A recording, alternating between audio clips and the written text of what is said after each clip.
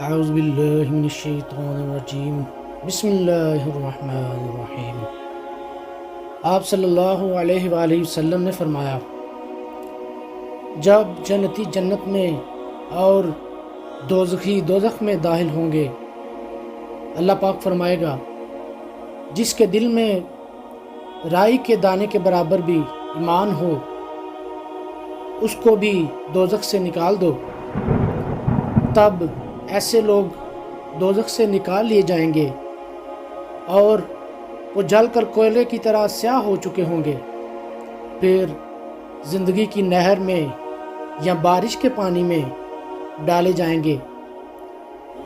یہاں راوی کو شک ہو گیا ہے کہ اوپر کے راوی نے کون سا لفظ استعمال کیا ہے۔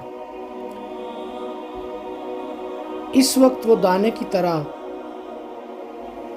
اگائیں گے جس طرح ندی کے کنارے دانے اگاتے ہیں۔ تم نے نہیں دیکھا کہ دانہ زردی مائل پیچ در پیچ نکلتا ہے؟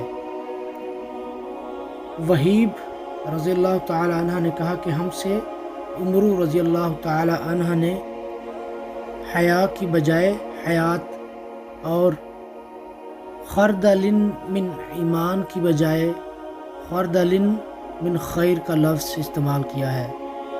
وما علینا الا البلاغ المبین۔